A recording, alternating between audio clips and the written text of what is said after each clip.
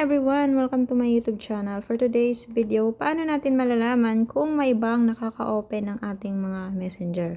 Okay, pumunta ka ng messenger and itap mo yung 3 lines. Then, settings. Then, hanapin mo yung privacy and safety.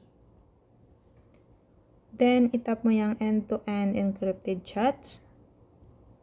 Then, security alerts. Then, itap mo yung view all logins.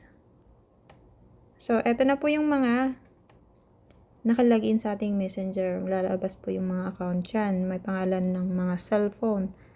So, yung dalawa na yan, isa akin po yan. And, pwede mo siyang pindutin. Halimbawa, makakita ka ng hindi naman sa'yo yung account or hindi sa'yo yung device. Pwede mo siyang itap and then scroll up and i-log out mo lang. So, ayan, may log out. Para ma-log out doon kung kaninong device nakalagin yung messenger mo.